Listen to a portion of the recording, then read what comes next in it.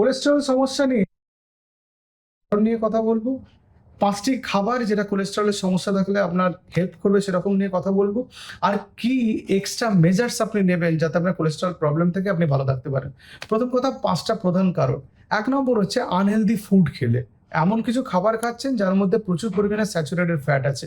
ভাজা খাবার খাচ্ছেন, বাইরের খাবার খাচ্ছেন যার মধ্যে ফাইবার কম, তারা কোলেস্টেরল বাড়িয়ে দিতে পারে। 2 নম্বর সেডেন্টারি লাইফস্টাইল। সারাদিন শুয়ে বসে কাটাচ্ছেন, অ্যাক্টিভিটি নেই।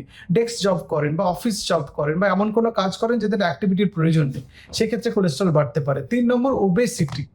ওজন বাড়লে শরীরের মধ্যে চর্বি বাড়ে, সেটা ফ্রি ফ্যাটি অ্যাসিড বাড়ে, সেখান থেকে কোলেস্টেরল বাড়ে।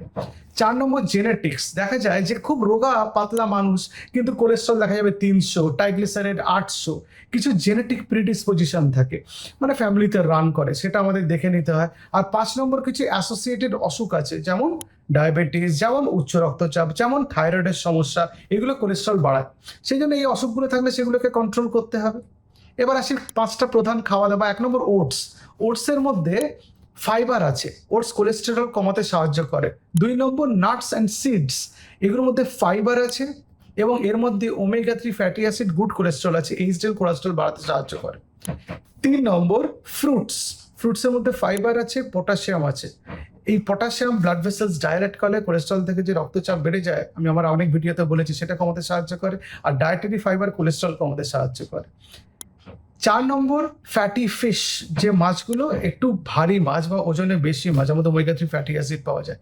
এমনি সাধারণ মাছের মধ্যে ওমেগা 3 ফ্যাটি অ্যাসিড খুব কম থাকে, যেগুলোর মধ্যে ওমেগা 3 ফ্যাটি অ্যাসিড থাকে সেগুলোর দাম বেশি। টুনা, ম্যাকরেল, সালমন, এগুলোর মধ্যে বেশি থাকে, কিন্তু এগুলো তো দাম বেশি। কিন্তু সাধারণ মাছ যেগুলো একটু ভারী মাছ বা ওজনে বেশি, সেগুলোর মধ্যে ফ্যাট থাকার জন্য ওমেগা 3 ফ্যাটি অ্যাসিড থাকতে পারে। আর অলিভ অয়েলের কথা বলা হয়েছে।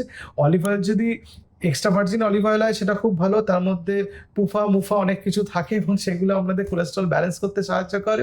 কিন্তু আমরা রেগুলার যে তেল ব্যবহার করি রান্নার কাজে, বিশেষ করে সর্ষের তেল, যা smoke point is very high, সেগুলো কিন্তু কোলেস্ট্রলের জন্য সেফ, কিন্তু প্রচুর পরিমাণে তেল খেয়ে নেবেন না।